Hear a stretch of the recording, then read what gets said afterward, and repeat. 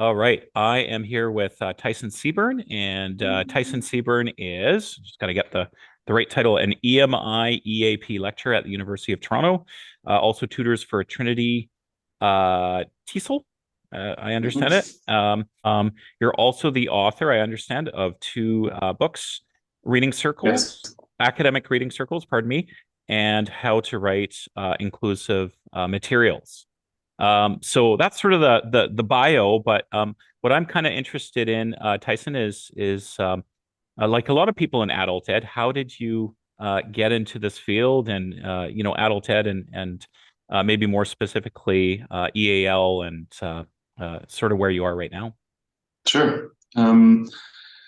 Well, I started, I think, as like a lot of us actually did by traveling abroad to Asia. Okay.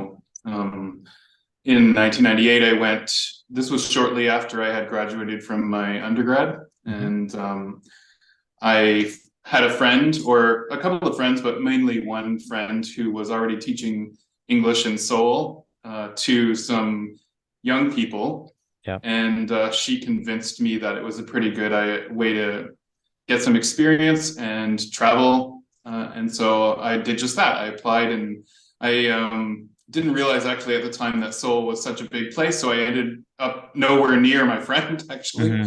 But I taught adults and kids for that first year, and that was sort of my boot camp for Right. teaching English, I would Right. say. Yeah, so that's kind of how that all started.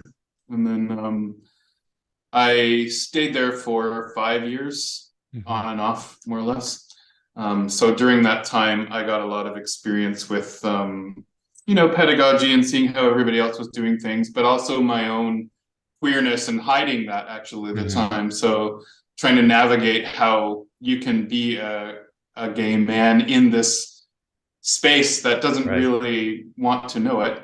Hmm.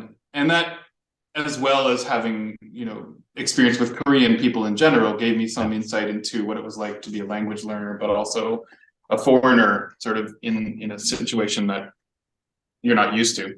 So I brought Hmm. all those things back with me to Canada in 2003 and Hmm. worked in private language schools, doing essentially the same types of work I had been doing in Korea. And Yeah. eventually I moved into program direction Yeah.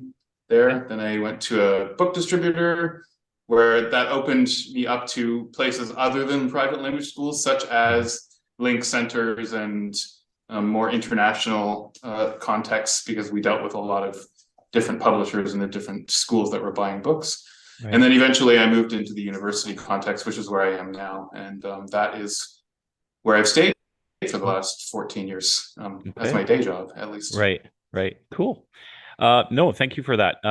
So, you mentioned something there with you kind of going from the teaching aspect and also looking at some of the materials and one thing that I know a lot of our staff here in Coquitlam are really excited to talk about is materials.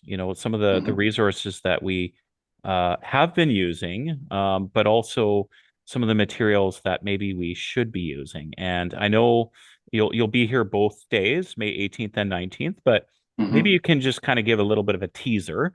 Um, in regards to one of the workshops, which is on inclusive materials, because I know in a previous Zoom call with you, we did talk about that, how EAL, ESL, if sort of the precursor, there hasn't been in any number of ways that sort of representation.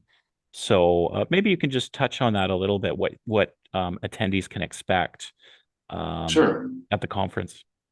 sure. I mean, just as a quick preamble to that, why I even bother. I mean, the writing materials, obviously, in some contexts, you're forced to use certain materials, in other contexts, you have more leeway. And so I've been in both. Yeah, And as a result of being in both, I recognized what was missing from the materials that I was forced to use, right. which were people who were more like me, but also like my students, because it Hmm. was quite often like I don't know, a weird target culture that we were presenting to students in many Right. materials.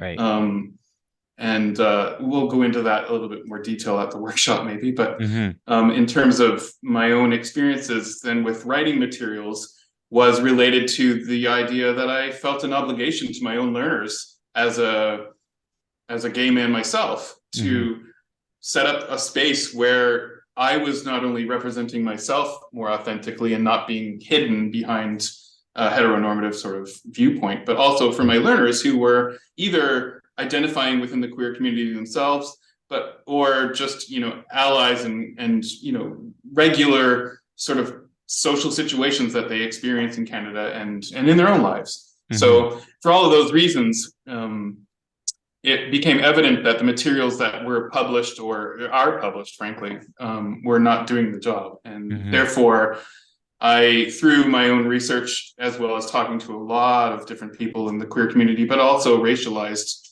communities, and increasingly more the disabled community and neurodivergent people as well, I realized how we could put together better materials and Mm-hmm. what kinds of principles we could use to make it easier for teachers who either supplement the materials that they have to use or for materials writers themselves who have the ability or the autonomy to create materials in a more inclusive way. So Mm-hmm. in the workshop in particular, we'll go through these types of principles. We'll take a look at example materials that don't do it very well and example materials that do it well, Right. and hopefully have the attendees who bring anything with them be able to apply these principles to their own materials. Mm-hmm.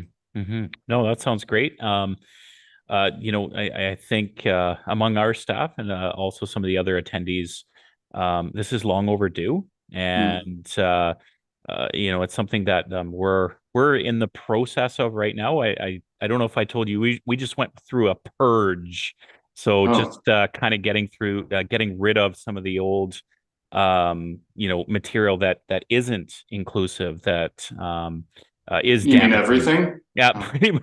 Yeah, exactly, right. I mean, not So, to sugarcoat it, but but yeah, yeah, mm. absolutely. So, I think the workshop is something that there's a buzz about, and I just thank you, taking some time today just to chat about that, and I can't wait to meet you in person and learn more at the ACE conference. So I hope you're ready to come to the West Coast. I don't know if you've been out here before, but I am absolutely ready, especially in May. It's going to be nice compared yeah, to like certainly what I'm experiencing at this very moment in Toronto. And absolutely. I have been to BC Teal's conference. Right, I did a right. talk for them a couple of years ago, Yeah, pre-pandemic. So it's been a while, but yeah, certainly yeah, I'm looking forward to it, and I'm looking forward to seeing all the people who are interested in this sort of absolutely. topic. Right. Yeah. So thanks for Yeah. inviting me. Yeah, no problem. So once again, that's Tyson Seburn. You can hear and see Tyson May 18th and 19th at our Adult Centered Education Conference in sunny Coquitlam. I'm just going to say it right now, sunny. It's going to be sunny. Thanks again, Perfect. Tyson. Thanks Cheers. again. Yeah, thank you.